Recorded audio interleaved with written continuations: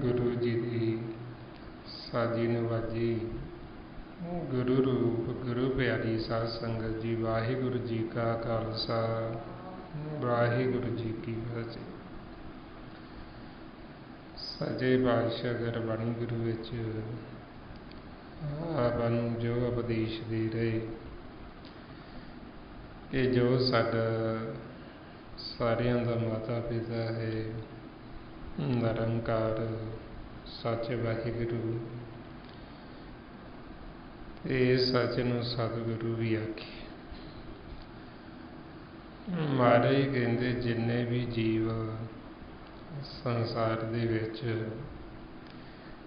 सतगुर नूं देखदे सारे ही ने, क्योंकि ऐसी कोई थां नहीं है जिथे सतगुर मौजूद ना हो। देखते सारे ही ने, पर देखण दे नाल असीं मुक्त नहीं हुंदे जद तक सानूं ज्ञान नहीं हुंदा, जद तक सानूं सोझी नहीं आउंदी कि जिहनूं असीं देख रहे हैं ये साडा माता पिता। इसलिए महाराज कहंदे भी देखते सारे ही ने, पर देखण नाल मुक्त नहीं हुंदे जद तक जीव सत्संगत नहीं करता, गुरु की शरण दे विच नहीं आउंदा, शब्द की विचार नहीं करता, उन्हें भेद नहीं खुलता है। महाराज फरमाउंदे सतगुर नूं सब को देखदा, जे तां जगत संसार डिठिया मुक्त न हो गई, जे चर शब्द न करे विचार। ਸੱਚੇ ਪਾਤਸ਼ਾਹ ਕਹਿੰਦੇ ਦੇਖਦਾ ਸਾਰਾ ਜਗਤ ਹੀ ਹੈ ਪਰ ਮੁਕਤ ਨਹੀਂ ਹੁੰਦਾ। ਕਿਉਂ? ਕਿਉਂਕਿ ਸਾਨੂੰ ਪਹਿਚਾਣ ਨਹੀਂ ਹੈ, ਸਾਨੂੰ ਭੇਦ ਨਹੀਂ ਹੈ, ਵਿੱਚ ਭਰਮ ਦਾ ਪੜਦਾ। ਭਰਮ ਹੋਣ ਕਰਕੇ ਹੀ ਅਸੀਂ ਦੇਖਦੇ ਹੋਏ ਵੀ ਮਾਲਕ ਨੂੰ ਸਾਨੂੰ ਪਤਾ ਨਹੀਂ ਹੈ ਵੀ ਅਸੀਂ ਕਿਹਨੂੰ ਦੇਖ ਰਹੇ ਹਾਂ।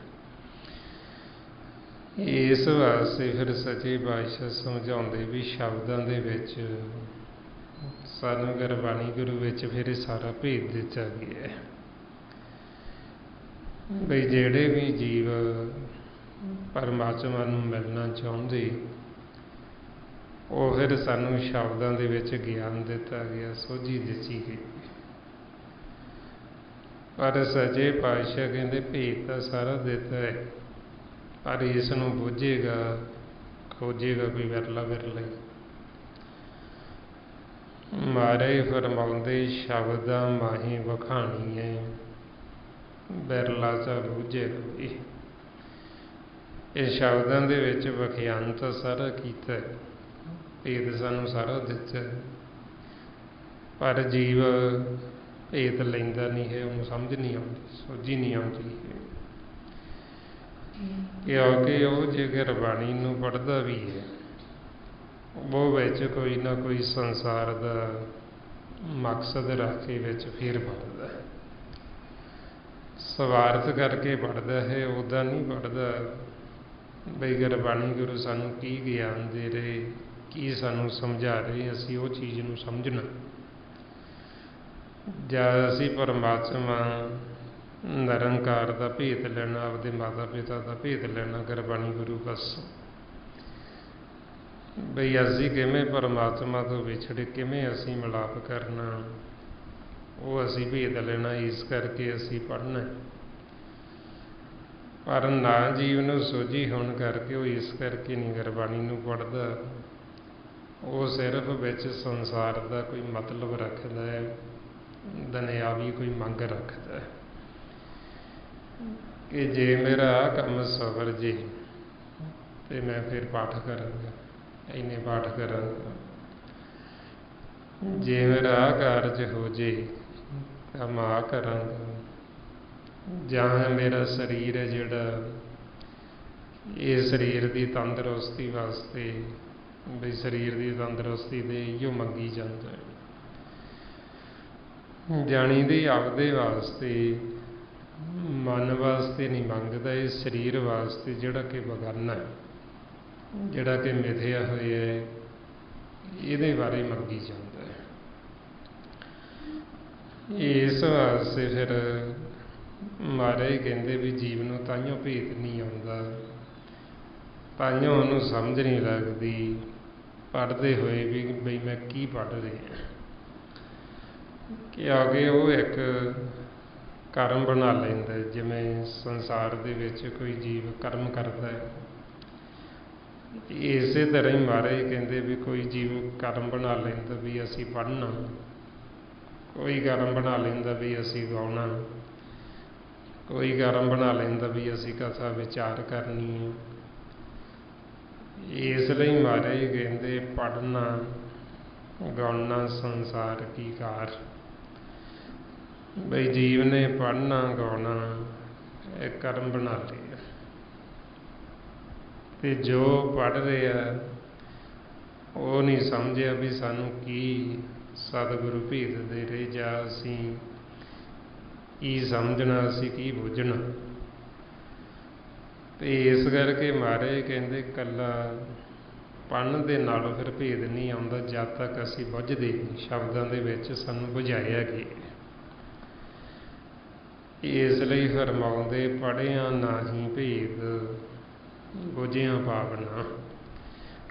ਇਹ ਪੜ੍ਹਨ ਨੂੰ ਚਾਹੇ ਜੀਵ ਸਾਰੀ ਉਮਰ ਪੜ੍ਹਦਾ ਰਹੇ, ਪਰ ਜਦ ਕੋਈ ਬੁੱਝਦਾ ਨਹੀਂ, ਸ਼ਬਦਾਂ 'ਚ ਜੋ ਸਾਨੂੰ ਬੁਝਾਇਆ ਗਿਆ, ਸਾਨੂੰ ਭੇਦ ਦਿੱਤਾ ਸਾਡੇ ਮਾਤਾ ਪਿਤਾ ਦਾ, ਨਿਰੰਕਾਰ ਦਾ, ਵਾਹਿਗੁਰੂ ਦਾ, ਵੀ ਜਿਹਦੇ ਅਸੀਂ ਬੱਚੇ ਹਾਂ, ਤੇ ਉਦੋਂ ਅਸੀਂ ਕਿਵੇਂ ਬੇਮੁਖ ਹਾਂ ਤੇ ਕਿਵੇਂ ਅਸੀਂ ਉਹਦੇ ਸਨਮੁਖ ਹੋਣਾ। सानू फिर वो जुगतियाँ तरीके विधियाँ दसियां ने दे किवें असी विधि जुगती वरत के ला के असी मालक नूं जान सकते हैं।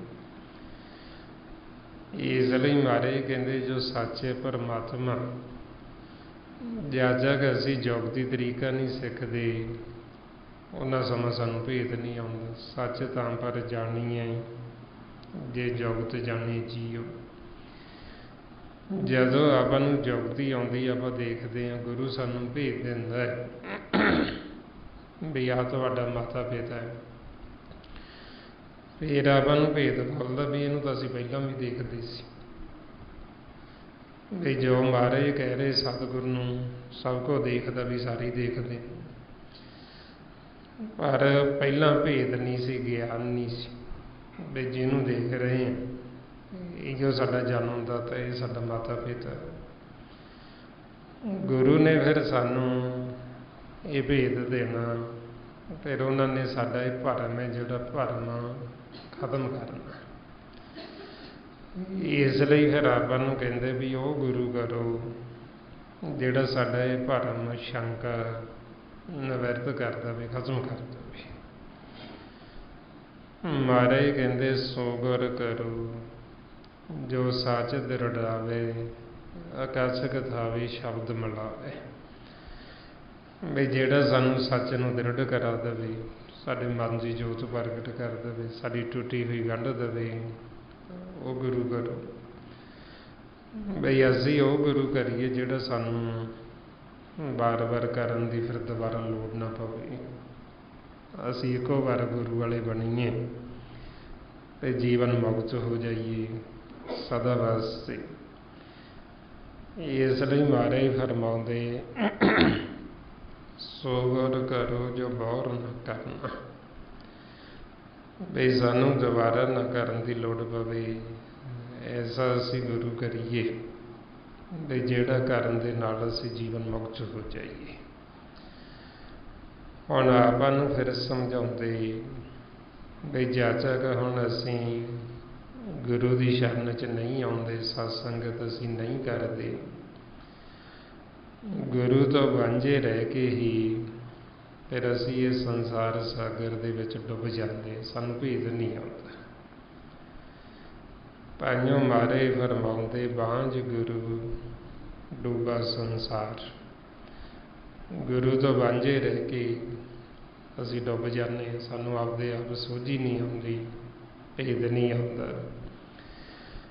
सो इस वास्ते फिर गुरु की महिमा औसत वडियाई कीती है। बई बारी बेशक सानू कितना भी ज्ञान हो जे संसार का जिवें उदाहरण दिती भी हज़ारां सूरज चंद्रमा निकल आउण बारी सानू कितना भी ज्ञान हो जे पर गुरु तो बिना साडे अंदर ज्ञानता दा नेह है। साडे अंदर ज्ञान का चानन नहीं आंदा प्रकाश नहीं आंदा जद तक असी गुरु वाले नहीं बनते गुरु की शरण च नहीं जाते। इसलिए महाराज फरमाउंदे जे सो चंदा उगवे सूरज चढ़े हज़ार इते चानन हुंदियां गुर बिन घोर अंधार। गुरु तो बिना साडे अंदर ज्ञानता का नेह ना तो सानू बाहर मालक दिसे जे सानू दिसे भी तो सानू पहचान नहीं आती तो जे पहचान ही नहीं फिर चाहे दिसे हो चाहे ना दिसे हो एक बराबर ही जब तक सानू भेद नहीं पहचान नहीं है। इस वास्ते फिर सानू समझाउंदे भी गुरु तो बिना अंध अंधार है गुरु तो बिना नेरा ही नेरा है। बई गुरु तो बिना सानू ये सोझी आउंदी नहीं सानू ज्ञान नहीं होता। गुरु तो बिना असी जीवन मुक्त नहीं हो सकते। गुरु तो बिना साडी बुद्ध विवेक नहीं होंदी सानू विवेक ज्ञान नहीं होंदा। मारे फरमाउंदे गुर बिन घोर अंधार गुरु बिन समझ ना आवे। गुर बिन सुरत न सिद्ध गुरु बिन मुक्त न पावे। ਬਈ ਗੁਰੂ ਤੋਂ ਬਿਨਾਂ ਅਸੀਂ ਜੀਵਨ ਮੁਕਤ ਹੁੰਦੇ ਨਹੀਂ, ਸਾਡੀ ਬੁੱਧ ਵਿਵੇਕ ਨਹੀਂ ਹੁੰਦੀ, ਸਾਨੂੰ ਵਿਵੇਕ ਗਿਆਨ ਨਹੀਂ ਹੁੰਦਾ। ਹੁਣ ਆਪਾਂ ਨੂੰ ਫਿਰ ਸਮਝਾਉਂਦੇ ਵੀ ਜਦੋਂ ਅਸੀਂ ਆਪਦੀ ਮੱਤ ਦੁਆਰਾ ਚੱਲਦੇ ਸੰਸਾਰ ਦੇ ਵਿੱਚ, ਘਰ ਤੋਂ ਅਸੀਂ ਬਾਹਰ ਚਲੇ ਜਾਂਦੇ ਹਾਂ, ਘਰ ਤੋਂ ਬਾਹਰ ਰਹਿ ਕੇ ਇੱਧਰ ਵਿਚਾਰਾਂ ਦੇ ਵਿੱਚ ਸਾਡਾ ਜਿਹੜਾ ਮਨ ਹੈ ਉਹ ਲੋਹਾ ਰੂਪ ਹੋ ਜਾਂਦਾ। ਜਿਵੇਂ ਆਪਾਂ ਦੇਖੀਏ ਵੀ ਲੋਹਾ ਛੱਤ ਤੋਂ ਘਰ ਤੋਂ ਬਾਹਰ ਪਿਆ ਰਹੇ, ਉਹ ਬਾਹਰ ਮੀਂਹ ਪੈਂਦਾ ਹੈ, ਪਾਣੀ ਉੱਤੇ ਪੈਂਦਾ ਹੈ ਅਤੇ ਉਹਨੂੰ ਜੰਗਾਲ ਲੱਗ ਜਾਂਦਾ। ਇਸੇ ਤਰ੍ਹਾਂ ਹੀ ਸਾਡਾ ਮਨ ਹੈ ਜਿਹੜਾ ਜਦੋਂ ਘਰ ਤੋਂ ਬਾਹਰ ਜਾਂਦਾ ਹੈ ਇਹ ਲੋਹਾ ਰੂਪ ਹੋ ਜਾਂਦਾ, ਇਹਨੂੰ ਜੰਗਾਲ ਲੱਗ ਜਾਂਦਾ। ਫਿਰ ਜਦੋਂ ਅਸੀਂ ਸਤ ਸੰਗਤ ਦੇ ਵਿੱਚ ਆਉਂਦੇ ਹਾਂ, ਸਾਧ ਸੰਗਤ ਨੂੰ ਪਾਰਸ ਦਾ ਨਾਮ ਦਿੱਤਾ। ਜਿਵੇਂ ਉਹ ਲੋਹਾ ਪਾਰਸ ਦੇ ਨਾਲ ਲੱਗ ਜੇ ਤੇ ਉਹ ਕੰਚਨ ਹੋ ਜਾਂਦੇ, ਉਹ ਸੋਨਾ ਬਣ ਜਾਂਦਾ, ਸ਼ੁੱਧ ਹੋ ਜਾਂਦਾ। ਇਸੇ ਤਰ੍ਹਾਂ ਹੀ ਸਾਡਾ ਮਨ ਜਿਹੜਾ ਲੋਹਾ ਰੂਪ ਹੋ ਗਿਆ, ਜਿਹੜਾ ਜੰਗਾਲਿਆ ਗਿਆ, ਜਦੋਂ ਇਹ ਸਤ ਸੰਗਤ 'ਚ ਆਉਂਦਾ ਹੈ ਫਿਰ ਇਹ ਸ਼ੁੱਧ ਹੁੰਦਾ, ਕੰਚਨ ਰੂਪ ਹੋ ਜਾਂਦਾ। ਮਹਾਰਾਜ ਫਰਮਾਉਂਦੇ ਸਾਧ ਸੰਗਤ ਮਿਲ ਵਿਵੇਕ ਬੁੱਧ ਹੋਈ, ਪਾਰਸ ਪਰਸ ਲੋਹਾ ਕੰਚਨ ਸੋਈ। ਇਹ ਪਾਰਸ ਦਾ ਸੰਗ ਕਰਕੇ ਜਿਹੜਾ ਲੋਹਾ ਸੀ ਉਹ ਕੰਚਨ ਹੋ ਗਿਆ। ਹੁਣ ਇਸੇ ਤਰ੍ਹਾਂ ਹੀ ਸਾਡਾ ਮਨ ਪਹਿਲਾਂ ਜਦੋਂ ਆਪਦੀ ਮੱਤ ਦੁਆਰਾ ਅਸੀਂ ਚੱਲਦੇ ਹਾਂ ਇਹ ਮਨਮੁਖ ਹੋ ਜਾਂਦਾ, ਇਹਨੂੰ ਅੰਧ ਗਿਆਨੀ ਕਹਿੰਦੇ। ਅਤੇ ਜਦੋਂ ਆਪਾਂ ਸਤਸੰਗ 'ਚ ਆਉਂਦੇ ਹਾਂ ਫਿਰ ਸਾਨੂੰ ਇਹ ਗਿਆਨ ਦਿੰਦੇ ਸਤਿਗੁਰੂ, ਅਤੇ ਇਹਦੇ ਨਾਲ ਸਾਡੀ ਬੁੱਧ ਵਿਵੇਕ ਹੁੰਦੀ ਹੈ। ਵਿਵੇਕ ਗਿਆਨ ਕਹਿੰਦੇ ਵੀ ਜਦੋਂ ਸਾਡਾ ਮਨ ਤ੍ਰੈ ਗੁਣਾਂ ਤੋਂ ਉੱਪਰ ਉੱਠ ਜਾਂਦਾ ਉਦੋਂ ਕਹਿੰਦੇ ਵੀ ਇਹ ਵਿਵੇਕੀ। ਜਿਵੇਂ ਇੱਕ ਤਾਂ ਵਿਵੇਕ ਹੁੰਦਾ ਤਨ ਦਾ, ਸਰੀਰ ਦਾ, ਇੱਕ ਵਿਵੇਕ ਹੁੰਦਾ ਹੈ ਮਨ ਦਾ। ਮਨ ਨੂੰ ਉਦੋਂ ਕਹਿੰਦੇ ਵਿਵੇਕੀ ਹੈ ਜਦੋਂ ਇਹ ਤ੍ਰੈ ਗੁਣਾਂ ਤੋਂ ਉੱਪਰ ਉੱਠ ਗਿਆ, ਚੌਥੇ ਪਾਸੇ ਚਲਿਆ ਗਿਆ, ਨਾਮ ਦੇ ਨਾਲ ਜੁੜ ਗਿਆ, ਉਦੋਂ ਕਹਿੰਦੇ ਵੀ ਇਹ ਵਿਵੇਕੀ ਹੋ ਗਈ। ਇਹ ਹੁਣ ਝੂਠ ਤੋਂ ਉੱਪਰ ਉੱਠ ਗਈ, ਕਿਉਂਕਿ ਤ੍ਰੈ ਗੁਣਾਂ ਦੇ ਵਿੱਚ ਝੂਠ ਹੀ ਝੂਠ, ਇੱਧਰ ਮੈਲ ਹੀ ਮੈਲ, ਇੱਧਰ ਝੂਠ ਹੀ ਝੂਠ ਹੈ ਸਾਰਾ ਕੁਛ। ਜਦੋਂ ਅਸੀਂ ਇਹਨਾਂ ਤੋਂ ਉੱਪਰ ਉੱਠਾਂਗੇ ਫਿਰ ਉਦੋਂ ਕਹਿੰਦੇ ਵੀ ਇਹ ਵਿਵੇਕੀ। ਇਹਨਾਂ ਨੂੰ ਵਿਵੇਕ ਗਿਆਨ ਹੈ, ਇਹਨਾਂ ਦੀ ਬੁੱਧ ਜਿਹੜੀ ਉਹ ਵਿਵੇਕ ਹੋ ਚੁੱਕੀ ਹੈ। ਅਤੇ ਆਪਾਂ ਨੂੰ ਕਹਿੰਦੇ ਵੀ ਜੇ ਤੁਸੀਂ ਭੁੱਲ ਗਏ ਹੋ ਰਸਤਾ, ਜੇ ਤੁਸੀਂ ਪਰਮਾਤਮਾ ਦੀ ਕੋਈ ਗੱਲ ਪੁੱਛਣੀ ਅਤੇ ਇਹਨਾਂ ਵਿਵੇਕੀਆਂ ਤੋਂ ਪੁੱਛ ਲਓ, ਇਹ ਤੁਹਾਨੂੰ ਦੱਸ ਦੇਣਗੇ। ਮਹਾਰਾਜ ਕਹਿੰਦੇ ਪੁੱਛੋ ਜਾਏ ਵਿਵੇਕੀਆਂ, ਵੀ ਉਹਨਾਂ ਵਿਵੇਕੀਆਂ ਤੋਂ ਪੁੱਛੋ। ਕੀ ਪੁੱਛਣਾ? ਜਿਸ ਚੀਜ਼ ਦਾ ਸਾਨੂੰ ਗਿਆਨ ਨਹੀਂ ਉਹ ਸਾਨੂੰ ਫਿਰ ਉਹਨਾਂ ਵਿਵੇਕੀਆਂ ਨੇ ਦੱਸਣਾ। ਜਿਵੇਂ ਹੁਣ ਸਾਨੂੰ ਨਹੀਂ ਗਿਆਨ ਆਪਣੇ ਘਰ ਦਾ, ਨਿੱਜ ਮਹਿਲ ਦਾ ਸਾਨੂੰ ਨਹੀਂ ਪਤਾ ਉਹ ਨਿੱਜ ਮਹਿਲ ਕਿੱਥੇ ਹੈ, ਨਿੱਜ ਮਹਿਲ ਨੂੰ ਕਿਹੜਾ ਦਰਵਾਜ਼ਾ ਲੱਗਿਆ, ਕਿਹੜਾ ਜਿੰਦਰਾ ਲੱਗਿਆ, ਅਸੀਂ ਕਿਵੇਂ ਉਹ ਦਰਵਾਜ਼ੇ ਨੂੰ ਖੋਲ੍ਹਣਾ, ਉਹ ਸਾਨੂੰ ਵਿਵੇਕੀਆਂ ਨੇ ਦੱਸਣਾ। ਨਾਮ ਕੀ ਹੈ, ਨਾਮ ਤੋਂ ਕਿਵੇਂ ਸਾਡੀ ਲਿਵ ਟੁੱਟੀ, ਸਾਨੂੰ ਨਹੀਂ ਪਤਾ ਨਾਮ ਦਾ। ਉਹ ਨਾਮ ਦਾ ਭੇਦ ਆਪਾਂ ਨੂੰ ਉਹਨਾਂ ਵਿਵੇਕੀਆਂ ਨੇ ਦੇਣਾ। ਸੱਚ ਪਰਮਾਤਮਾ ਜੋ ਹੈ ਨਿਰੰਕਾਰ, ਸਾਡਾ ਮਾਤਾ ਪਿਤਾ ਸਾਨੂੰ ਨਹੀਂ ਭੇਦ ਉਹਦਾ, ਫਿਰ ਉਹਦਾ ਭੇਦ ਆਪਾਂ ਨੂੰ ਆਪਣੇ ਉਹਨਾਂ ਵਿਵੇਕੀਆਂ ਨੇ ਗੁਰਮੁਖਾਂ ਨੇ ਦੇਣਾ। ਸੋ ਇਸ ਕਰਕੇ ਫਿਰ ਜਿਹੜੀ ਚੀਜ਼ ਦਾ ਸਾਨੂੰ ਨਹੀਂ ਗਿਆਨ, ਜਿਹੜੀ ਚੀਜ਼ ਅਸੀਂ ਕਦੇ ਸੁਣੀ ਨਹੀਂ, ਉਹਦਾ ਭੇਦ ਫਿਰ ਆਪਾਂ ਨੂੰ ਉਹ ਵਿਵੇਕੀ ਗੁਰਮੁਖ ਦਿੰਦੇ ਨੇ। ਸੰਸਾਰ ਦਾ ਤਾਂ ਆਪਾਂ ਗਿਆਨ ਬਾਹਰੋਂ ਲੈ ਲੈਂਦੇ, ਪਰ ਇਹ ਗਿਆਨ ਸਾਨੂੰ ਸੰਸਾਰ ਦੇ ਵਿੱਚੋਂ ਬਾਹਰੋਂ ਨਹੀਂ ਮਿਲਦਾ ਜਦ ਤੱਕ ਅਸੀਂ सत संगत नहीं करते, गुरु की शरण च नहीं आते। जद तक सानू ऐसे गुरमुख जिहड़े विवेकी उन्हां दा संग नहीं हुंदा, उन्ना समा आपां नूं इह ज्ञान आपदे आप हुंदा।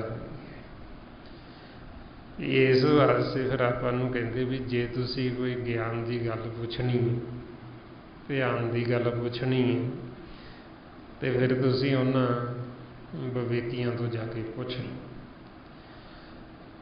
हुण आपां फिर उन्हां तो इहो पुछना भी असीं कोई होर संसार दी नहीं, संसार दा तां आपां नूं ज्ञान बथेरा है, बाहरों लिआईए आपां उन्हां तो अंदर दी पुछनी भी जिहदा सानूं ज्ञान नहीं,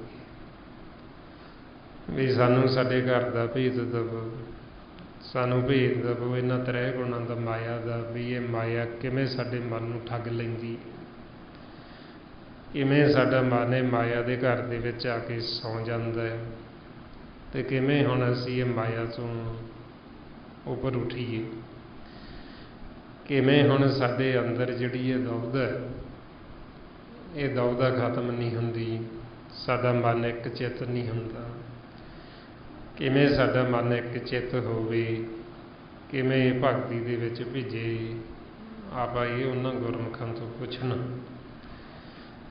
जिवें महाराज फरमाउंदे साधो कवन जुग तब कीचे, जाते धर्मत सगल विनाशे राम भगत मन भीजे। भी ये साधु विवेकी जनों सानू ये दसो भी साडे अंदर जिहड़ी दुविधा है खत्म नहीं हो रही, साडा मन एक चित नहीं हो रही है, कोई ऐसी विधि तरीका सानू दसो भी ये एक चित हो जे, एक चित हो के भगती ते लग जे, नाम दे नाल जुड़ जे। जदों आपां उन्हां तो पुछांगे फिर वो आपां नूं दसणगे।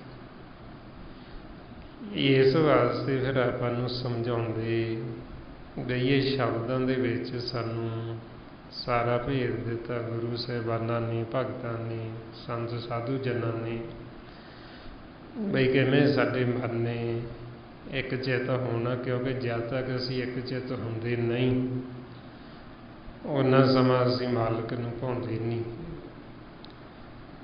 इसलिए महाराज कहंदे है मन हर जी ध्याए तू एक मन एक चित भाई, हर कीआं सदा सदा वडियाइयां दे ना पछोताई। मन नूं कह रहे भी तू एक चित जे हो के ध्याएगा तो परमात्मा नूं भाएगा। हुण एक चित जिहड़े मालक नूं ध्याउंदे, महाराज कहंदे भी वो संसार च कोई विरले हुंदे गुरमुख, ते जिहड़ा एक चित एक मन हो के ध्याउंदा, पर जिन्हें एक मन एक चित हो के ध्याया उन्हां दी जिहड़ी कीती हुई घाल कमाई फिर वो अगे करोड़ां गुरमुख असंखां की गिणती विच वो छकदे, उन्हां दा संग करके तर जांदे इक्को दिन। इसलिए महाराज सच्चे पातशाह कहंदे जो तुद सच ध्याईंदे से विरले थोड़े, जो एक मन चित राध दे तैन की बरकत खाए असंख करोड़े। भी जिहड़े एक मन एक चित हो के ध्याउंदे मालक, उन्हां दी बरकत असंखां करोड़ां जीव खांदे। सो इस करके फिर ये वडियाई है नाम दी, गुरमुख दी, साधु जनां दी, उन्हां विवेकियां दी। भी जिहड़े एक मन एक चित हो गए, जदों आपां उन्हां दा संग करदे ते फिर करोड़ां दी गिणती च जीव उन्हां दा संग करके तर सकदे। सो इस वास्ते फिर जिथे गुरबाणी गुरु विच वडियाई कीती मालक दी, निरंकार परमात्मा दी, उथे फिर उन्हां गुरमुखां दी भी वडियाई कीती जिन्हां ने एक मन एक चित हो के मालक नूं ध्याया, जिन्हां नूं गुरबाणी च फिर संत साधु भगत ब्रह्म ज्ञानी गुरमुखां दा खिताब दिता, गुरसिखां दा खिताब दिता है। ਹੁਣ ਮਹਾਰਾਜ ਸੱਚੇ ਪਾਤਸ਼ਾਹ ਕਹਿੰਦੇ ਵੀ ਐਸੇ ਗੁਰਮੁਖਾਂ ਦਾ ਸਾਨੂੰ ਸੰਗ ਮਿਲ ਜੇ, ਜੇ ਸਾਨੂੰ ਉਹਨਾਂ ਦਾ ਸੰਗ ਮਿਲ ਜੇ ਤੇ ਫਿਰ ਅਸੀਂ ਤਰ ਸਕਦੇ ਹਾਂ। ਤਾਂਹੀਓ ਮਹਾਰਾਜ ਫਰਮਾਉਂਦੇ ਕਹੋ ਨਾਨਕ ਪ੍ਰਭ ਬਖਸ਼ ਕਰੀਜੈ, ਕਰ ਕਿਰਪਾ ਮੋਹਿ ਸਾਧ ਸੰਗ ਦੀਜੈ। ਵੀ ਸਾਡੇ ਤੇ ਬਖਸ਼ਿਸ਼ ਕਰੋ, ਕਿਰਪਾ ਕਰੋ। ਕਾਹਦੀ ਮੰਗ ਕਰਦੇ? ਸਾਨੂੰ ਐਸੇ ਸਾਧੂ ਜਨਾਂ ਦਾ ਸੰਗ ਹੋ ਜੇ ਬਈ ਜਿਹੜੇ ਤੈਨੂੰ ਇੱਕ ਮਨ ਇੱਕ ਚਿੱਤ ਰੱਖਦੇ, ਸਾਡਾ ਉਹਨਾਂ ਦੇ ਨਾਲ ਸੰਗ ਹੋ ਜੇ, ਉਹਨਾਂ ਦੇ ਨਾਲ ਸਾਨੂੰ ਮਿਲਾ ਦੇ। ਬਈ ਜੇ ਤੂੰ ਸਾਨੂੰ ਉਹਨਾਂ ਦੇ ਨਾਲ ਮਿਲਾ ਦੇਂਗਾ ਤੇ ਅਸੀਂ ਉਹਨਾਂ ਦਾ ਸੰਗ ਕਰਕੇ ਨਾਲ ਅਸੀਂ ਤਰ ਸਕਦੇ ਹਾਂ। ਜਿਵੇਂ ਆਪਾਂ ਕਹਿੰਦੇ ਬਈ ਲੱਕੜ ਦੇ ਨਾਲ ਲੋਹਾ ਤਰ ਜਾਂਦਾ, ਇਸੇ ਤਰ੍ਹਾਂ ਹੀ ਫਿਰ ਸੰਤ ਸਾਧੂ ਜਨਾਂ ਦਾ ਸੰਗ ਕਰਕੇ ਆਪਾਂ ਤਰ ਜਾਂਦੇ। ਤਾਂਹੀਓ ਮਹਾਰਾਜ ਸਾਨੂੰ ਸਮਝਾਉਂਦੇ ਵੀ ਜਦੋਂ ਸਾਨੂੰ ਸਾਧੂ ਜਨਾਂ ਦਾ ਸੰਗ ਹੁੰਦਾ ਹੈ, ਸਾਨੂੰ ਬਹੁਤੀ ਘਾਲਣ ਦੀ ਲੋੜ ਨਹੀਂ ਪੈਂਦੀ। ਉਹਨਾਂ ਦੇ ਦਰਸ਼ਨ ਕਰਨ ਦੇ ਨਾਲ ਹੀ ਸਾਡੇ ਵਿਚਾਰ ਫੁਰਨੀ ਰੁਕ ਜਾਂਦੇ। ਜਿਵੇਂ ਹੁਣ ਆਪਾਂ ਕਹਿੰਦੇ ਹਾਂ ਸੰਸਾਰ 'ਚ ਜੀਵ ਕਹਿੰਦਾ ਵੀ ਮਨ ਤਾਂ ਰੁਕਦਾ ਹੀ ਨਹੀਂ, ਵਿਚਾਰ ਤਾਂ ਰੁਕਦਾ ਹੀ ਨਹੀਂ। ਅਸੀਂ ਗੁਰਬਾਣੀ ਪੜ੍ਹਦੇ ਹਾਂ, ਗੁਰਬਾਣੀ ਪੜ੍ਹਦੇ ਸਾਡਾ ਮਨ ਨਹੀਂ ਰੁਕਦਾ, ਫੁਰਨੇ ਲਗਾਤਾਰ ਸਾਡੇ ਅੰਦਰ ਚੱਲੀ ਜਾਂਦੇ। ਤੇ ਜਦੋਂ ਆਪਾਂ ਸਾਧੂ ਦਾ ਸੰਗ ਕਰਦੇ ਹਾਂ, ਇੰਨੀ ਵਡਿਆਈ ਮਾਲਕ ਨੇ ਦਿੱਤੀ ਹੈ ਜਿਹੜਾ ਸਾਡਾ ਮਨ ਰੁਕਦਾ ਹੀ ਨਹੀਂ, ਤੇ ਉਹਨਾਂ ਦੇ ਦਰਸ਼ਨ ਕਰਨ ਦੇ ਨਾਲ ਹੀ ਸਾਡਾ ਮਨ ਰੁਕ ਜਾਂਦਾ। ਜਿੰਨਾ ਸਮਾਂ ਆਪਾਂ ਉਹਨਾਂ ਦੇ ਕੋਲ ਬੈਠੇ ਰਹਾਂਗੇ ਸਾਨੂੰ ਕੋਈ ਵਿਚਾਰ ਫੁਰਨਾ ਆਉਂਦਾ ਹੀ ਨਹੀਂ। ਇਸ ਲਈ ਮਹਾਰਾਜ ਕਹਿੰਦੇ ਸਾਧ ਕੇ ਸੰਗ ਨਾਹੀ ਕਿਛ ਘਾਲ, ਦਰਸ਼ਨ ਭੇਟਤ ਹੋਤ ਨਿਹਾਲ। ਬਈ ਉਹਨਾਂ ਦਾ ਸੰਗ ਕਰਕੇ ਸਾਡਾ ਮਨ ਨਿਹਾਲ ਹੋ ਜਾਂਦਾ, ਉਹਨਾਂ ਦੇ ਦਰਸ਼ਨ ਕਰਨ ਦੇ ਨਾਲ ਹੀ ਸਾਡੇ ਵਿਚਾਰ ਫੁਰਨੇ ਇੱਕਦਮ ਰੁਕ ਜਾਂਦੇ।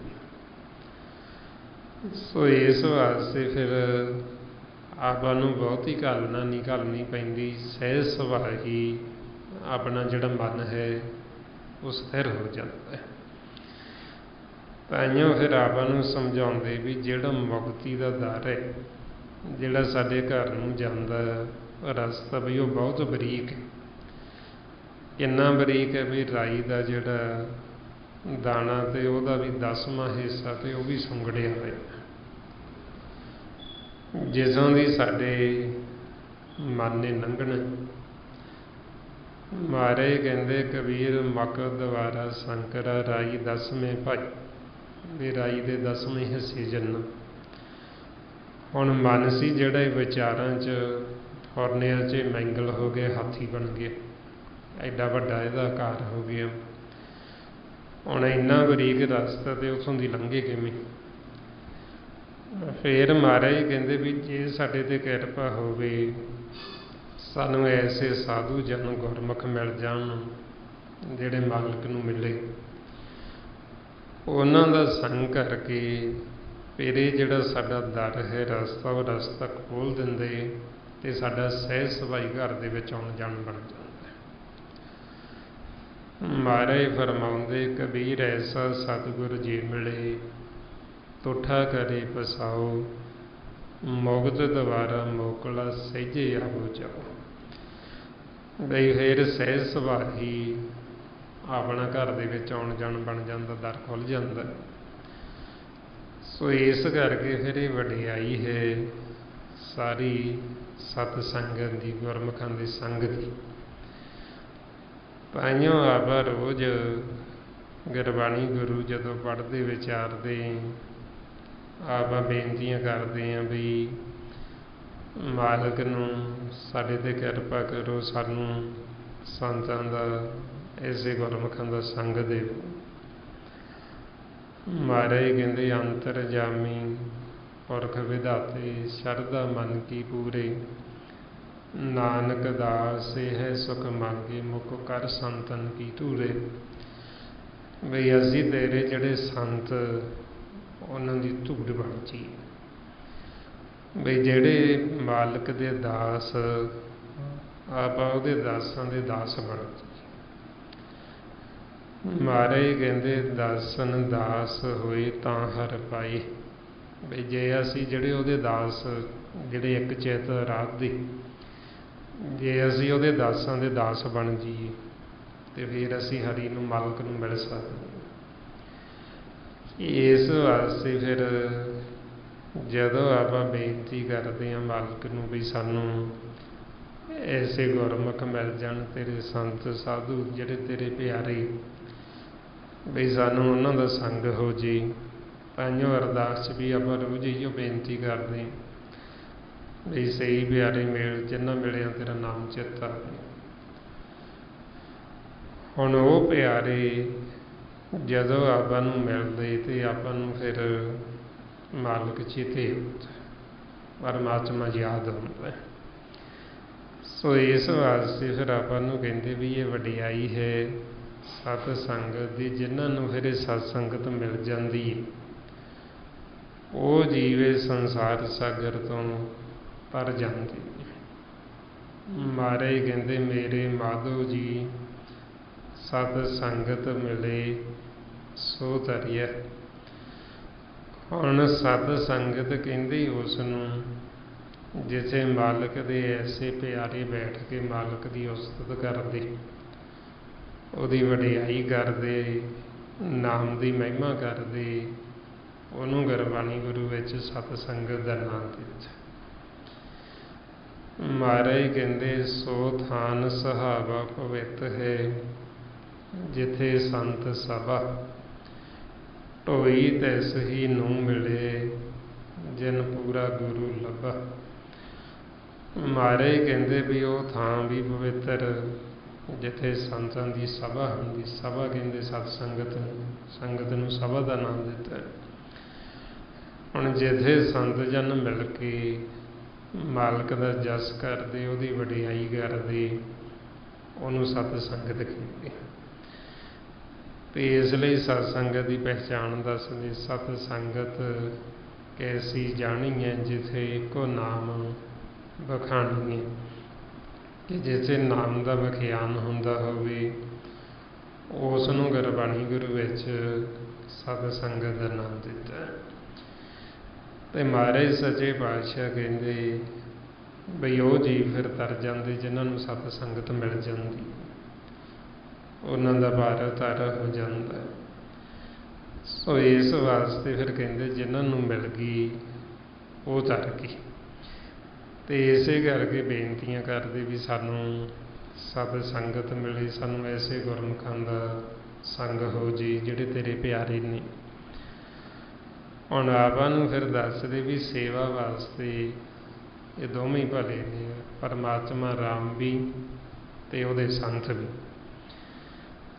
ਜੋ ਮਾਲਕ ਹੈ ਉਹਨੇ ਸਾਨੂੰ ਮੁਕਤ ਕਰ ਦੇਣਾ, ਉਹਨੇ ਸਾਨੂੰ ਅਮਰ ਪਦਵੀ ਦੇ ਦੇਣੀ। ਤੇ ਜੋ ਸੰਤ ਨੇ ਉਹਨਾਂ ਨੇ ਸਾਨੂੰ ਨਾਮ ਜਪਾਉਣਾ, ਉਹਨਾਂ ਨੇ ਸਾਨੂੰ ਸਿਮਰਨ ਤੇ ਲਾ ਦੇਣਾ। ਮਹਾਰਾਜ ਕਹਿੰਦੇ ਕਬੀਰ ਸੇਵਾ ਕੋ ਦੋਏ ਭਲੇ, ਏਕ ਸੰਤ ਇੱਕ ਰਾਮ। ਰਾਮ ਜੋ ਦਾਤਾ ਮੁਕਤ ਕੋ, ਸੰਤ ਜਪਾਵੇ ਨਾਮ। ਬਈ ਸੰਤਾਂ ਦੀ ਇਹ ਡਿਊਟੀ, ਉਹਨਾਂ ਨੇ ਆਪ ਵੀ ਜਪਣਾ ਤੇ ਆਪਾਂ ਨੂੰ ਵੀ ਜਪਾਉਣਾ। ਇਸ ਲਈ ਮਹਾਰਾਜ ਕਹਿੰਦੇ ਸਾਜਨ ਸੰਤ ਕਰੋਏ ਕਾਮ, ਆਨ ਤਿਆਗ ਜਪੋ ਹਰ ਨਾਮ। ਸਿਮਰ ਸਿਮਰ ਸਿਮਰ ਸੁਖ ਪਾਵੋ, ਆਪ ਜਪੋ ਔਰ ਨਾਮ ਜਪਾਵੋ। ਉਹਨਾਂ ਨੇ ਆਪ ਵੀ ਜਪਣਾ ਤੇ ਆਪਾਂ ਨੂੰ ਵੀ ਕਹਿਣਾ ਵੀ ਤੁਸੀਂ ਵੀ ਜਪੋ। ਉਹਨਾਂ ਨੇ ਆਪ ਵੀ ਸਤ ਸੰਗਤ ਕਰਨੀ ਤੇ ਆਪਾਂ ਨੂੰ ਵੀ ਕਹਿਣਾ ਵੀ ਸਤ ਸੰਗਤ ਦੇ ਵਿੱਚ ਆਓ। ਹੁਣ ਇਹ ਸਭ ਤੋਂ ਵੱਡਾ ਪਰਉਪਕਾਰ ਹੈ। ਇਹ ਤੋਂ ਵੱਡਾ ਸੰਸਾਰ ਦੇ ਵਿੱਚ ਹੋਰ ਕੋਈ ਪਰਉਪਕਾਰ, ਹੋਰ ਕੋਈ ਦਾਨ ਨਹੀਂ ਹੈ। ਕਿਸੇ ਭੁੱਲੇ ਹੋਏ ਜੀਵ ਨੂੰ ਰਸਤਾ ਦੱਸਣਾ, ਉਹਨੂੰ ਸਿਮਰਨ ਅਭਿਆਸ ਤੇ ਲਾਉਣਾ, ਉਹਨੂੰ ਸਤ ਸੰਗਤ ਦੇ ਵਿੱਚ ਲੈ ਕੇ ਆਉਣਾ ਪ੍ਰੇਰ ਕੇ, ਇਹ ਤੋਂ ਵੱਡਾ ਹੋਰ ਸੰਸਾਰ ਦੇ ਵਿੱਚ ਕੋਈ ਦਾਨ ਹੈ ਹੀ ਨਹੀਂ ਹੈ। ਇਸ ਲਈ ਮਹਾਰਾਜ ਕਹਿੰਦੇ ਵੀ ਜੇ ਤੁਸੀਂ ਕਿਸੇ ਇੱਕ ਜੀਵ ਨੂੰ ਵੀ ਇੱਧਰਲੇ ਪਾਸੇ ਲਾ ਦਿੱਤਾ, ਉਹ ਤੁਹਾਡੇ ਕਹਿਣ ਤੇ ਸਿਮਰਨ ਕਰਨ ਲੱਗ ਗਿਆ, ਉਹ ਸਤ ਸੰਗਤ ਦੇ ਵਿੱਚ ਆਉਣ ਲੱਗ ਗਿਆ, ਤੇ ਸਮਝ ਲਓ ਵੀ ਤੁਹਾਡਾ ਜਿਹੜਾ 68 ਤੀਰਥਾਂ ਦਾ ਇਸ਼ਨਾਨ ਹੋ ਗਿਆ ਤੇ ਤੁਹਾਨੂੰ ਉਸ ਦਾ ਜਿਹੜਾ ਫਲ ਸੀ ਉਹ ਘਰੇ ਬੈਠਿਆਂ ਨਹੀਂ ਪ੍ਰਾਪਤ ਹੋ ਗਿਆ।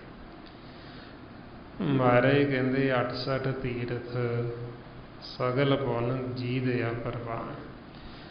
ਬਈ ਇਹ ਜਿਹੜੇ ਜੀਵ ਦੇ ਉੱਤੇ ਦਇਆ ਕੀਤੀ ਹੋਈ ਗੁਰੂ ਨਾਨਕ ਦੇ ਘਰ ਦੇ ਵਿੱਚ ਇਹ ਪ੍ਰਵਾਨ ਹੈ। ਇਸ ਵਾਸਤੇ ਫਿਰ ਆਪਾਂ ਨੂੰ ਕਹਿੰਦੇ ਵੀ ਇਹ ਅਸੀਂ ਦਾਨ ਕਰਨਾ, ਦਇਆ ਕਰਨੀ। ਹੁਣ ਦਾਨ ਆਪਾਂ ਫੇਰ ਹੀ ਕਰ ਸਕਦੇ ਹਾਂ ਜੇ ਆਪਣੇ ਪੱਲੇ ਧਨ ਹੋਏਗਾ।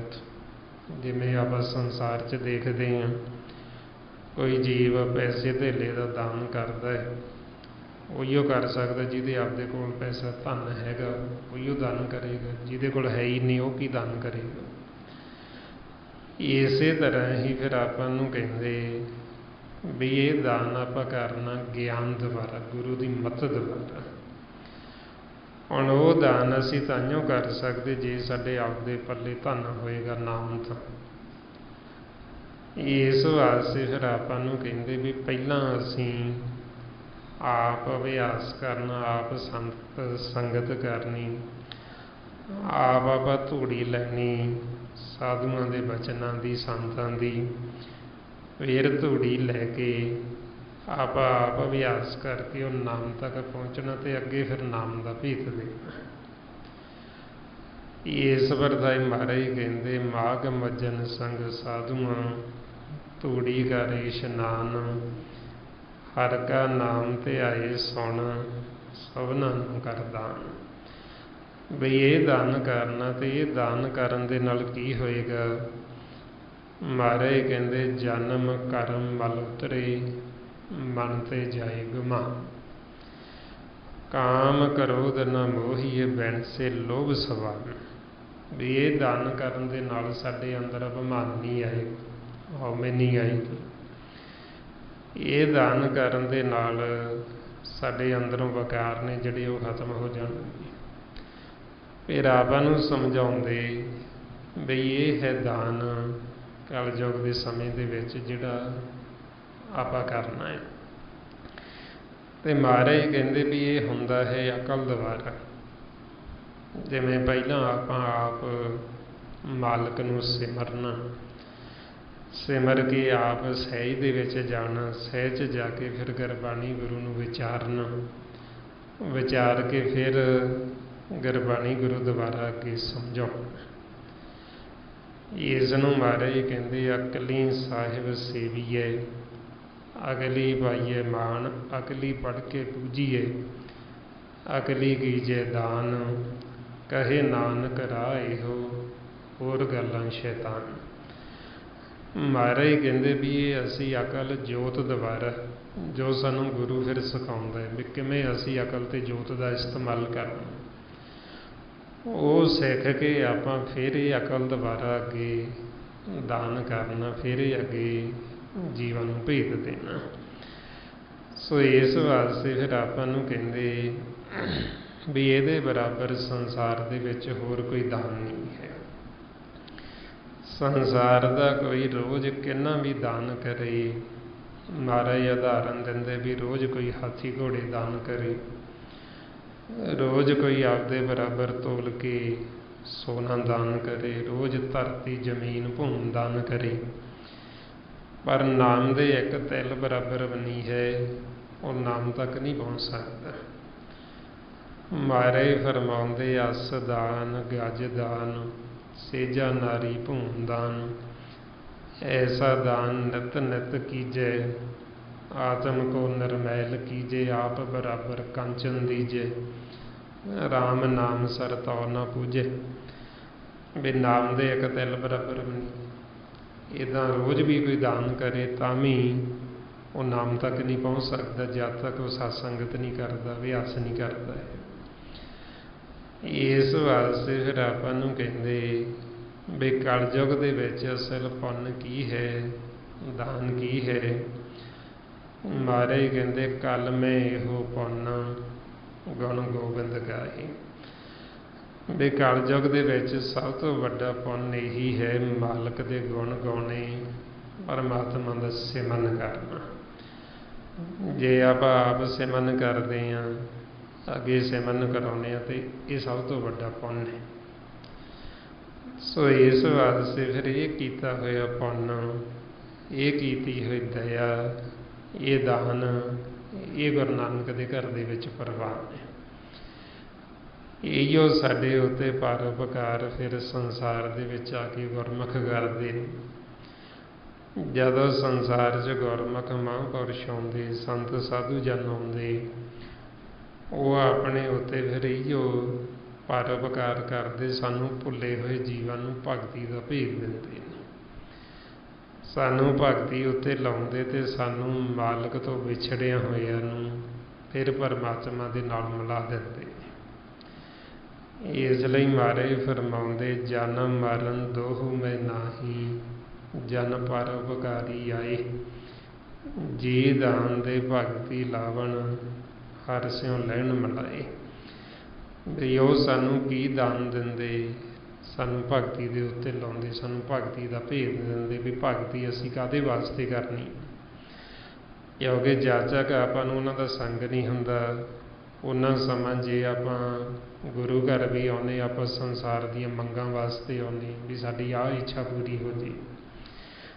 ਜੇ ਅਸੀਂ ਗੁਰਬਾਣੀ ਵੀ ਪੜ੍ਹਦੇ ਹਾਂ, ਵਿੱਚ ਅਸੀਂ ਕੋਈ ਨਾ ਕੋਈ ਮੰਗ ਰੱਖਦੇ ਹਾਂ ਵੀ ਸਾਡੀ ਆਹ ਮੰਗ, ਸਾਡੀ ਆਹ ਇੱਛਾ ਪੂਰੀ ਹੋ ਜੇ, ਤੇ ਉਹ ਗੁਰਮੁਖ ਫਿਰ ਆਪਾਂ ਨੂੰ ਦੱਸਦੇ ਵੀ ਆਪਾਂ ਇਹ ਇੱਛਾਵਾਂ ਨਹੀਂ ਰੱਖਣੀਆਂ, ਆਪਾਂ ਮਾਲਕ ਨੂੰ ਮਿਲਣਾ, ਪਰਮਾਤਮਾ ਨੂੰ ਮਿਲਣ ਵਾਸਤੇ ਆਏ ਹਾਂ, ਇਸ ਕਰਕੇ ਸਾਨੂੰ ਮਾਨਸ ਦੇਹੀ ਮਿਲੀ ਹੈ।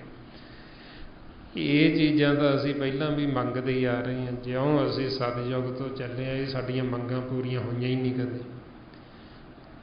ਜਿਉਂ ਆਪਾਂ ਚੱਲੇ ਹਾਂ ਮੰਗਦੇ ਹੀ ਆ ਰਹੇ ਹਾਂ, ਇਹ ਕਦੇ ਵੀ ਆਸ਼ਾ ਅਭਿਲਾਸ਼ਾਵਾਂ ਇਹ ਖਤਮ ਹੁੰਦੀਆਂ ਹੀ ਨਹੀਂ, ਇਹ ਗਾਂਹ ਦੀ ਗਾਂਹ ਅੱਗੇ ਦੀ ਅੱਗੇ ਹੋਰ ਵੱਧਦੀਆਂ ਜਾਂਦੀਆਂ। ਇਸ ਕਰਕੇ ਮਹਾਰਾਜ ਕਹਿੰਦੇ ਵੀ ਜਿਹੜਾ ਜੀਵ ਫਿਰ ਆਪਦੀ ਮੱਤ ਦੁਆਰਾ ਚੱਲਦਾ, ਉਹ ਆਸਾ 'ਚ ਹੀ ਜੰਮਦਾ ਤੇ ਆਸਾ ਦੇ ਵਿੱਚ ਹੀ ਮਰ ਜਾਂਦਾ, ਉਹਦੀ ਕਦੇ ਆਸ ਪੂਰੀ ਹੁੰਦੀ ਹੋਈ। ਮਹਾਰਾਜ ਕਹਿੰਦੇ ਆਸਾ ਅੰਦਰ ਜੰਮਿਆ, ਆਸਾ ਰਸ ਕਸ ਖਾਈ, ਆਸਾ ਬੰਧ ਚਲਾਈਏ, ਮੂੰਹੇ ਮੂੰਹ ਚੋਟਾਂ ਖਾਈ। ਬਈ ਇਹ ਆਸ਼ਾ ਕਰਕੇ ਹੀ ਤਾਂ ਅਸੀਂ ਅੱਗੇ ਵਾਰ-ਵਾਰ ਜੂਨਾਂ ਦੇ ਵਿੱਚ ਤੁਰੇ ਆ ਰਹੇ ਹਾਂ। ਜੇ ਅਸੀਂ ਹੁਣ ਵੀ ਇਹੀਓ ਮੰਗਾਂ ਰੱਖੀਆਂ, ਹੁਣ ਵੀ ਅਸੀਂ ਇਹੀਓ ਚਾਹੁੰਦੇ ਰਹੇ ਵੀ ਸਾਨੂੰ ਆਹ ਸੰਸਾਰ ਦਾ ਹੀ ਚਾਹੀਦਾ, ਤੇ ਮਹਾਰਾਜ ਕਹਿੰਦੇ ਸਾਨੂੰ ਫਿਰ ਵਾਪਸ ਆਉਣਾ ਪੈਣਾ, ਸਾਨੂੰ ਫਿਰ ਇੱਧਰ ਭੇਜ ਦੇਣਗੇ ਦੁਬਾਰਾ। ਇਹੀਓ ਆਸ਼ਾਵਾਂ ਕਰਕੇ ਤਾਂ ਅਸੀਂ ਫਿਰ ਆ ਜਾਂਦੇ ਇੱਧਰ ਮੁੜ ਕੇ। ਇਸ ਵਾਸਤੇ ਜੇ ਹੁਣ ਅਸੀਂ ਆਸਾ ਰੱਖੀਏ ਮਾਲਕ ਦੀ, ਪਰਮਾਤਮਾ ਦੀ, ਵੀ ਸਾਨੂੰ ਇੰਨਾ ਸਮਾਂ ਹੋ ਗਿਆ ਉਹ ਤੋਂ ਵਿਛੜਿਆਂ ਨੂੰ, ਵੀ ਹਜੇ ਤੱਕ ਸਾਨੂੰ ਉਹਦੇ ਦਰਸ਼ਨ ਕਿਉਂ ਨਹੀਂ ਹੋਏ, ਹਜੇ ਤੱਕ ਸਾਡਾ ਉਹਦੇ ਨਾਲ ਮਿਲਾਪ ਕਿਉਂ ਨਹੀਂ ਹੋਏ। ਜੇ ਅਸੀਂ ਇਹ ਆਸ ਰੱਖ ਕੇ ਚੱਲੀਏ ਤੇ ਫਿਰ ਸਾਡੀ ਮਾਲਕ ਇਹ ਆਸ ਪੂਰੀ ਕਰ ਦਿੰਦਾ। ਇਸ ਲਈ ਮਹਾਰਾਜ ਕਹਿੰਦੇ, ਕਹੋ ਰਵਿਦਾਸ ਆਸ ਲਗ ਜੀਵੋ, ਚਿਰ ਭਇਓ ਦਰਸ਼ਨ ਦੇਖੇ। ਵੀ ਭਗਤਾਂ ਦੀ ਤਾਂ ਇੱਕੋ ਹੀ ਆਸ ਹੁੰਦੀ, ਮਾਲਕ ਦੇ ਨਾਲ ਮਿਲਾਪ ਦੀ, ਇਸ ਕਰਕੇ ਉਹ ਇੱਕ ਰੂਪ ਹੋ ਜਾਂਦੇ। ਜਿਹੜਾ ਮਨਮੁਖ ਹੈ ਉਹਦੀਆਂ ਹਜ਼ਾਰਾਂ ਆਸ਼ਾਵਾਂ ਜਿਹੜੀਆਂ ਕਦੇ ਪੂਰੀਆਂ ਹੁੰਦੀਆਂ ਹੀ ਨਹੀਂ, ਇਸ ਕਰਕੇ ਉਹ ਅਧੂਰੀਆਂ ਹੀ ਰਹਿ ਜਾਂਦੀਆਂ ਤੇ ਉਹਦਾ ਸਮਾਂ ਖਤਮ ਹੋ ਜਾਂਦਾ, ਇਹ ਦੁਬਾਰਾ ਫਿਰ ਵਾਪਸ ਆ ਜਾਂਦਾ। ਤਾਂ ਕਰਕੇ ਫਿਰ ਸਾਡਾ ਜਿਹੜਾ ਮਨ ਇਹ ਆਸ਼ਾ ਅਭਿਲਾਸ਼ਾਵਾਂ ਦੇ ਵਿੱਚ ਇਹ ਟੁਕੜੇ ਟੁਕੜੇ ਹੋਇਆ, ਥੋੜ੍ਹਾ ਥੋੜ੍ਹਾ ਵੰਡਿਆ ਹੋਇਆ ਹੈ। ਇਸ ਕਰਕੇ ਇਹਦੇ ਵਿੱਚ ਫਿਰ ਕੋਈ ਬਲ ਨਹੀਂ ਰਹਿੰਦਾ। ਜਦੋਂ ਇਹ ਟੁਕੜਿਆਂ 'ਚ ਵੰਡਿਆ ਜਾਂਦਾ ਫਿਰ ਸਾਡੇ ਵਿੱਚ ਕੋਈ ਸ਼ਕਤੀ ਨਹੀਂ ਰਹਿੰਦੀ, ਆਤਮ ਬਲ ਨਹੀਂ ਰਹਿੰਦਾ। ਜਦੋਂ ਅਸੀਂ ਇੱਕ ਚਿੱਤ ਹੋ ਜਾਂਦੇ ਹਾਂ ਤੇ ਫਿਰ ਇਹਦੇ ਵਿੱਚ ਆਤਮ ਬਲ ਆ ਜਾਂਦਾ। ਇਸ ਵਾਸਤੇ ਫਿਰ ਨਾਲ ਨਾਲ ਆਪਾਂ ਨੂੰ ਸਤਿਗੁਰੂ ਸੋਝੀ ਦਿੰਦੇ, ਗਿਆਨ ਦਿੰਦੇ ਵੀ ਜੋ ਅਸੀਂ ਆਸਾ ਰੱਖ ਕੇ ਚੱਲਾਂਗੇ ਮਾਲਕ ਨੇ ਤਾਂ ਪੂਰੀ ਕਰ ਹੀ ਦੇਣੀ, ਕਿਉਂਕਿ ਉਹ ਤਾਂ ਦਿਆਲੂ ਹੈ, ਕਿਰਪਾਲੂ ਹੈ, ਉਹਨੇ ਸਾਡੇ ਉੱਤੇ ਹੀ ਛੱਡਿਆ ਹੋਇਆ ਵੀ ਜੋ ਤੁਸੀਂ ਆਸਾ ਰੱਖੋਗੇ ਉਹਦੇ ਮੁਤਾਬਕ ਤੁਹਾਨੂੰ ਦੇ ਦਿਆਂਗੇ ਉਹਦਾ ਫਲ। ਇਸ ਲਈ ਮਹਾਰਾਜ ਕਹਿੰਦੇ, ਇੱਛਾ ਪੂਰਕ ਸਰਬ ਸੁਖ ਦਾਤਾ, ਹਰ ਜਾ ਕੇ ਵਸ ਹੈ ਕਾਮ ਧਿੰਨਾ। ਵੀ ਉਹ ਤਾਂ ਸਾਡੇ ਮਨ ਦੀਆਂ ਸਾਰੀਆਂ ਇੱਛਾਵਾਂ ਹੀ ਪੂਰੀਆਂ ਕਰਨ ਵਾਲਾ ਹੈ। ਹੁਣ ਜੇ ਅਸੀਂ ਸੰਸਾਰ ਦੀਆਂ ਇੱਛਾਵਾਂ ਰੱਖਾਂਗੇ ਤੇ ਸਾਨੂੰ ਫਿਰ ਵਾਪਸ ਆਉਣਾ ਪੈਣਾ। क्योंकि ये किसी होर का नहीं दोष साडा ही मन्निया जाता भी तुहाडी इच्छा है संसार च रहण दी ते फिर वापस आ जाओ, चले जाओ। फिर जदों हुण आपां नूं ज्ञान हो जाता, सोझी हो जाती भी संसार च दुख है, भी ये जिहड़ा लोक है दुखों का घर है, इत्थे सुख नहीं है, भी असीं नहीं चाहुंदे मुड़ के दोबारा ये दुखों के घर दे विच आउणा, भी साडी इच्छा भी हुण असीं सदा ही मालक के चरणों के विच रहीए, उहदे विच लीन हो जाइए, समा जाइए।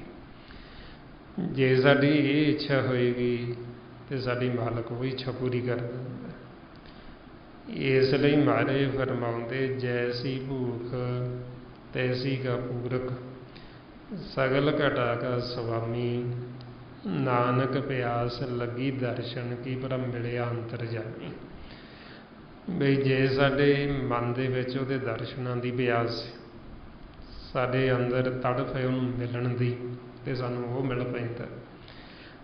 जे साडे अंदर संसार दीयां आशा अभिलाषावां ने ते मिल तां सानूं वो भी जांदियां ने। जे असीं कोई भी इच्छा रख के सिमरन करांगे, साडी वो इच्छा पूरी होनी होनी, कोई भी वड्डी तो वड्डी इच्छा रख लीए। जे आपां इच्छा रख ली सानूं राज भाग चाहिए संसार दा, ते सानूं वो भी मिल जाना है, पर उहदे वास्ते सानूं फिर दोबारा आउणा पएगा। इसे करके आप सुनते हैं ना अगे भी, जदों जीव पिछले समय च तप करते, वो इच्छा रख के करते भी सानू राज भाग चाहिए, तो उन्होंने राज मिल जाता, तब वो राज, तब तो राज मिल गया। हुण वो राज तो मिल गया, जे वो राजा बन के हुण सिमरन नहीं करता, भगती नहीं करता, इस मार्ग ते चलता नहीं, तो फिर राजे तो फिर कित्थे जाएगा वो। जे उहदे अंदर हौमे आ गई, हंकार आ गया, सीधा ही राजे तो कुकर दी जून दे विच। महाराज कहंदे जिसके अंतर राज अभिमान, सो नरक पाती होवत समान। नरकां च फिर कुकर दी जून मिल जाती।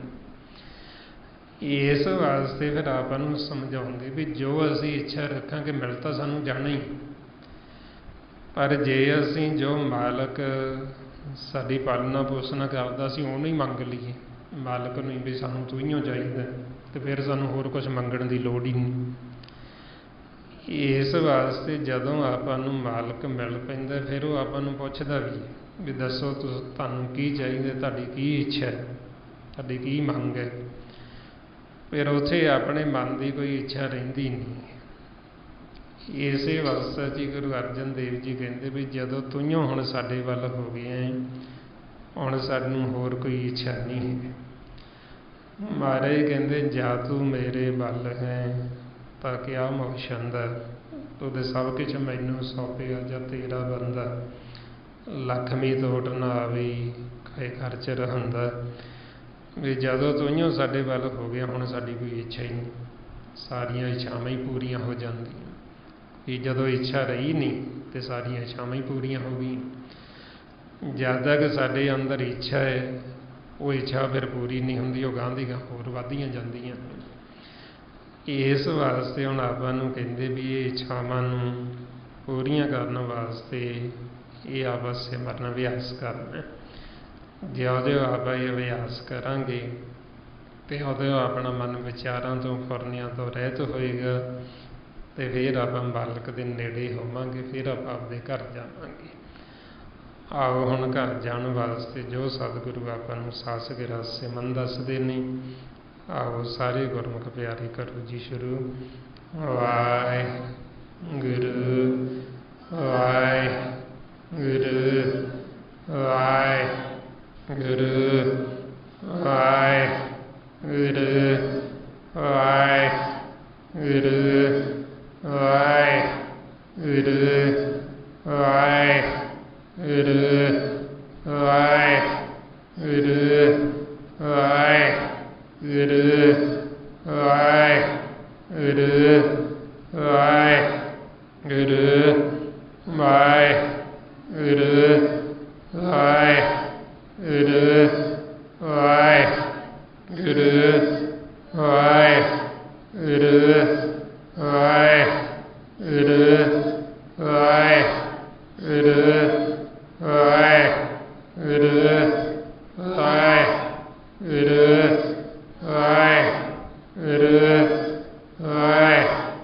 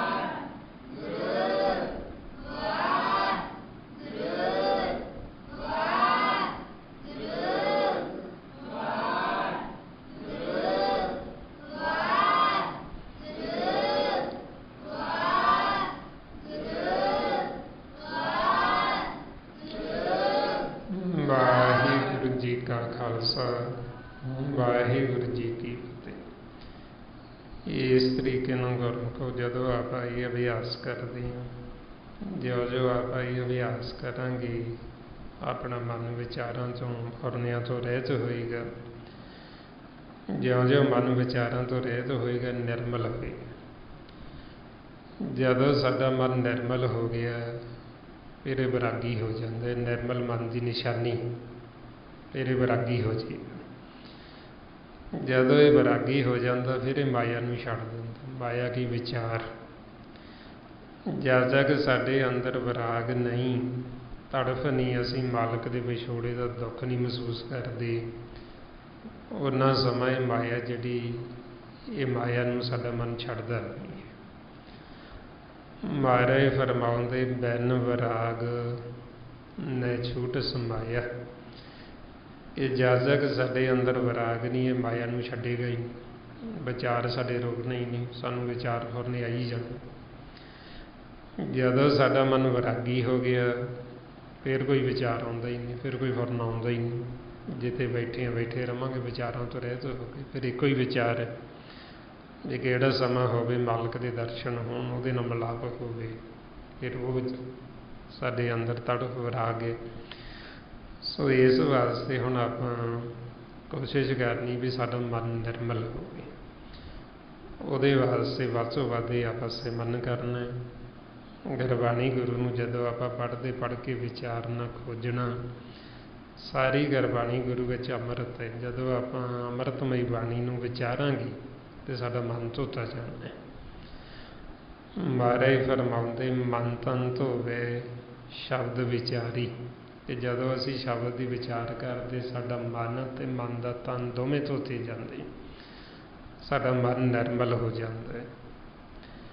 ਸੋ ਜਦੋਂ ਫਿਰ ਆਪਾਂ ਨਿਰਮਲ ਹੋ ਗਏ, ਨਿਰਮਲ ਮਨ ਹੀ ਮਾਲਕ ਨੂੰ ਮਿਲ ਸਕਦਾ। ਇਸ ਲਈ ਮਹਾਰਾਜ ਕਹਿੰਦੇ, ਮੇਰਾ ਪ੍ਰਭ ਸਦਾ ਨਿਰਮਲਾ, ਮਨ ਨਿਰਮਲ ਪਾਇਆ ਜਾਏ। ਵੀ ਜਦੋਂ ਮਨ ਨਿਰਮਲ ਹੋ ਗਿਆ, ਫਿਰ ਹੀ ਮਿਲ ਸਕਦਾ।